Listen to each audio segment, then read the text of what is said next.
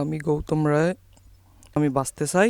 আমার ছেলের খুবই অসুস্থ, খুবই সমস্যা, দুইটা কিডনির। আমরা তো অসহায় মানুষ, ওই টাকা পয়সা খরচ করতে আমরা সমস্ত নাই দিই। আপনারা যদি দয়া করি কিছু সহযোগিতা করেন তা আমার ছেলেটাকে জীবন দান অবশ্যই পাবে। মানুষ মানুষের জন্য, জীবন জীবনের জন্য। কিন্তু নীলফামারীর মেধাবী ছাত্র গৌতমের জীবন আজ থমকে গেছে এক অনিশ্চিত গন্তব্যে। যে বয়সে হাতে থাকার কথা ছিল বই খাতা, সেই বয়সে গৌতম লড়ছেন মৃত্যুর সঙ্গে। নীলফামারীর ডিমলা উপজেলার কুমারপাড়া গ্রামের ভূমিহীন দিনমজুর দুলুরামের একমাত্র ছেলে গৌতম।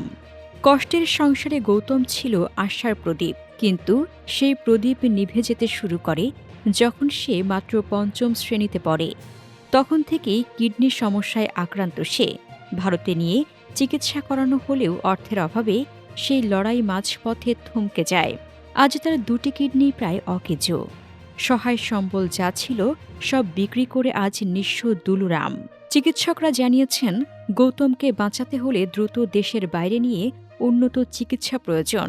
এর জন্য প্রয়োজন প্রায় ৩০ লক্ষাধিক টাকা। সবাই মিলি সহযোগিতা করেন, ছেলেটা ভালো আসলো।